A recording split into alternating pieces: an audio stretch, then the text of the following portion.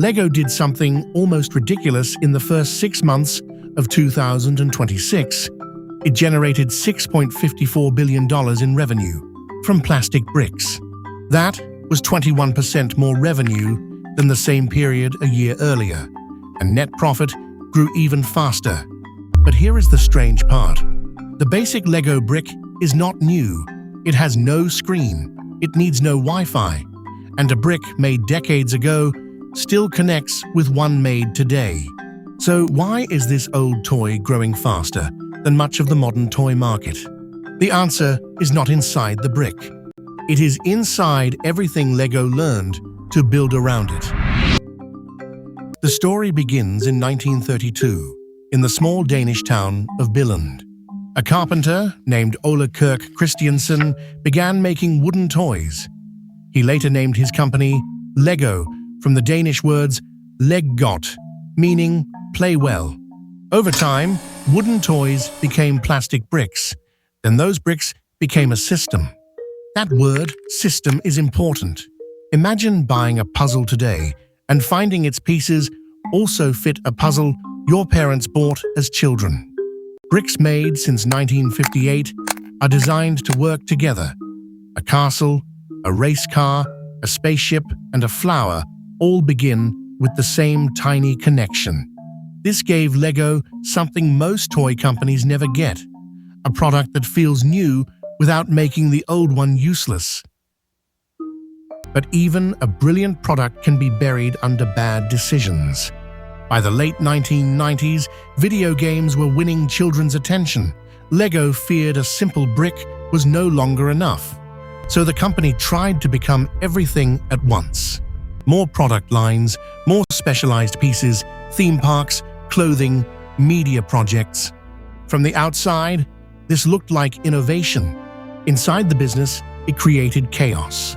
Every unusual new piece needed a design, a mold, factory time, storage, instructions, packaging, and space on a shelf. It was like a restaurant that kept adding dishes until the kitchen could not cook any of them properly. By 2003, Lego was virtually out of cash. Wharton's account says it lost around $300 million that year. One of the world's most loved toys was close to becoming a business failure. Then, in 2004, Jürgen Vig Knudstorp became chief executive. He did not save Lego by inventing a magical new brick.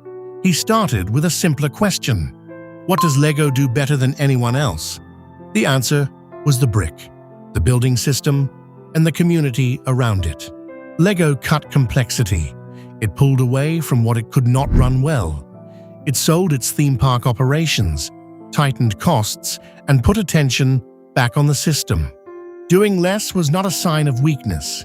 Doing less gave the company room to do its best work again. But Lego did not survive by staying frozen in the past. Its next move was smarter. Instead of changing the brick, Lego changed the reason people wanted it. A Star Wars fan did not see a box of plastic. They saw a spaceship. A Formula One fan saw their favorite racing team. A football fan saw the World Cup trophy.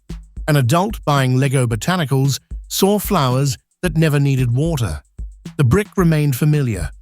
The story around it kept changing. This is where licensing enters.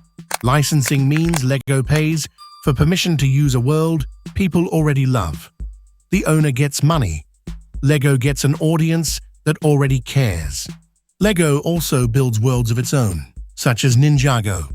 So one small system can sell fantasy, sport, cars, movies, gaming, and nostalgia to several generations at once. A child buys a small set to play with. A parent buys a big set to build together. A collector buys an expensive model to display. Lego no longer waits for one kind of customer. It gives each a different door into the same system and keeps those doors moving. In 2025, Lego offered more than 860 products, around half of them new. In the first 6 months of 2026, it launched more than 330 more. That does not mean the brick changes 330 times. It means the reason to return to the shop changes again and again. LEGO has also learned that the best advertisement does not look like one. At the 2026 British Grand Prix, Formula One drivers rode in 22 working LEGO minicars. Each one used more than 28,000 bricks. Fans watched, news channels covered it, social media shared it, and LEGO products sat ready for anyone who wanted a piece of that excitement. That is marketing turned into entertainment. The same idea runs through LEGO stores, discovery centers, movies, and games. LEGO now reports 1,106 branded stores worldwide. It also owns 29 LEGO and Legoland discovery centers that attract about 5 million visitors a year.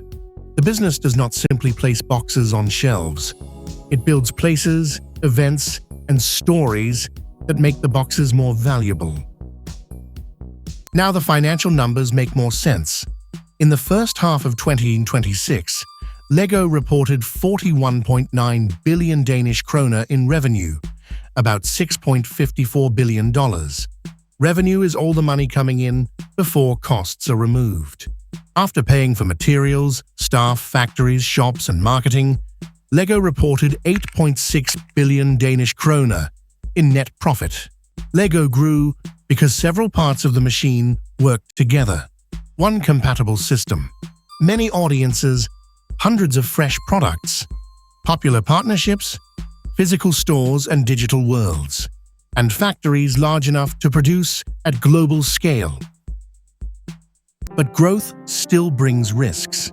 LEGO sets are expensive, licenses cost money, plastic ties it to oil prices and environmental pressure, and too many products could rebuild the complexity that nearly killed it. LEGO says it is spending heavily on recycled materials, solar power, and more sustainable packaging. The harder challenge is balance. It must keep creating new reasons to buy without forgetting why people love the brick in the first place. Most businesses think growth means becoming something completely different. LEGO nearly died when it tried to do exactly that. It recovered by protecting one simple idea, then letting football, racing, movies, games, flowers, and whole imaginary worlds connect on top of it. LEGO did not win by abandoning the brick. It won by making the whole world fit on top of it.